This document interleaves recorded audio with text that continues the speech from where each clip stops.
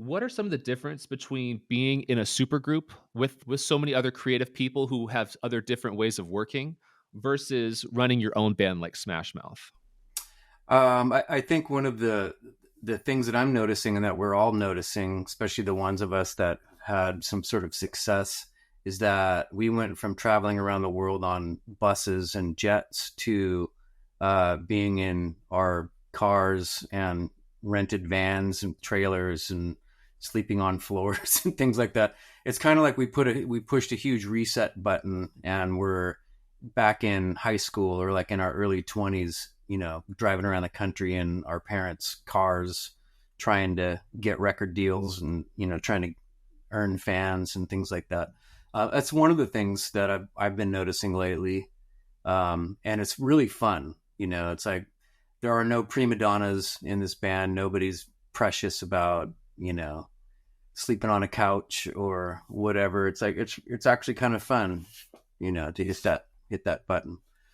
People do. I think sometimes people are expecting to hear, remnants of some of the bands, and some of our songs sound a little bit like Smash Mouth or sound a little bit like the Boss Tones or like the Street Dogs or the Briggs by default, because there are 5 people in this band all creating one sound. And every once in a while, elements of those old bands sneak in and you hear them and people point that out. They're like, I heard some ska in that song, or hey, I heard some 60s sounding guitar in that song, or I heard you smacking on the side of your drum like the Offspring, just, things like that. What about creatively? Like, is it different for you because like in Smash Mouth, you were the primary songwriter. So in this band, is the songwriting chemistry any different? Are you writing the songs? It's much different. No, I mean, when the band was first put together, a friend of ours, this is during kind of like lockdown, and a very close friend of all of ours, mutual friend, guy named Joe Sib. He's actually a comedian now. He started a record label called Side One Dummy. They were a punk label.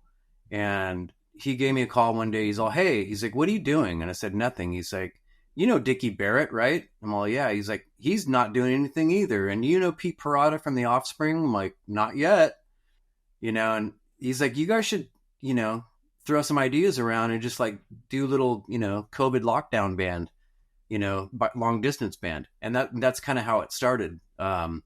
Dickie and I started tossing ideas back and forth. I already had 2 songs that were fully formed that I presented, and everyone was like, yeah, let's do those songs and then let's do some more. So basically I'll give you a quick idea about how the songs are generally written when we collaborate. Dickie will call me and say, hey, I'm going to try to imitate Dickie. Okay. Yeah. I think we need a song that sounds like, an Irish punk song or something. He's like, yeah, get on that. All right. Send it to me when you finished. I sound more like I'm from Brooklyn. I can't do the Boston accent. But, and so I'll normally just sort of like demo out a song and I'll put some placement, melody lyrics on there, peas and carrots, la, la, la, la, la, la, la, la.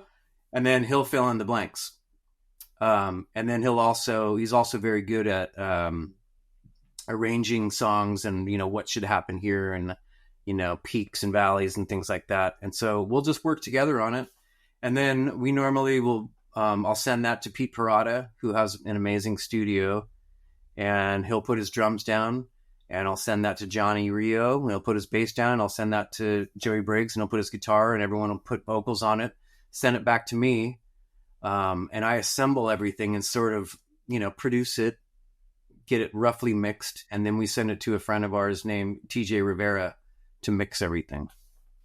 So were you guys not in the room when you guys recorded? This wasn't like you guys went to the big studio and recorded? Nope. Really? In fact, I didn't even meet our bass player face to face until right before our first show. Wow. I'd only talked to him on the phone. So you didn't have any rehearsals before the first show? Nothing like that? That's where I met him. Wow. Yeah. I was gonna say, was that nerve wracking? Like going on stage, like hardly knowing these guys. Like that's being on stage is whether people know it or not, it's a pretty intimate experience when you share a stage with somebody. Definitely, but I mean, these guys are all seasoned vets. None of these guys ever stopped playing. We've all, just continued doing things, and so yeah, you can walk up onto a stage with just about anybody and sound okay. you know. But these guys, there's a magical chemistry in this thing.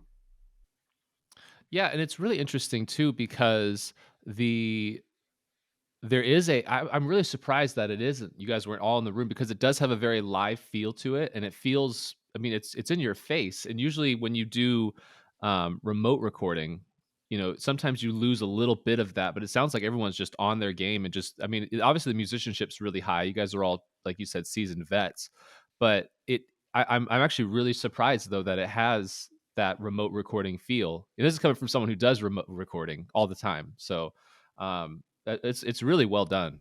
Oh, thank you, man. Yeah, I mean, even some of the vocals were actually done on Dickie's cell phone.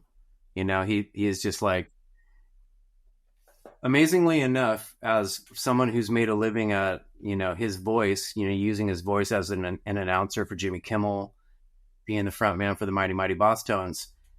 I don't think the guy owns a microphone, and he did all his vocals on a cell phone and sent them to me, and then he came here to Tennessee where I live, and we recorded his real vocal, and sometimes he didn't beat the cell phone vocal, and so we just left. We those are on the album, so now a lot of times I'm like, hey, this sounds kind of cool. I think I'll just fly my vocals from my phone into my Pro Tools and use those.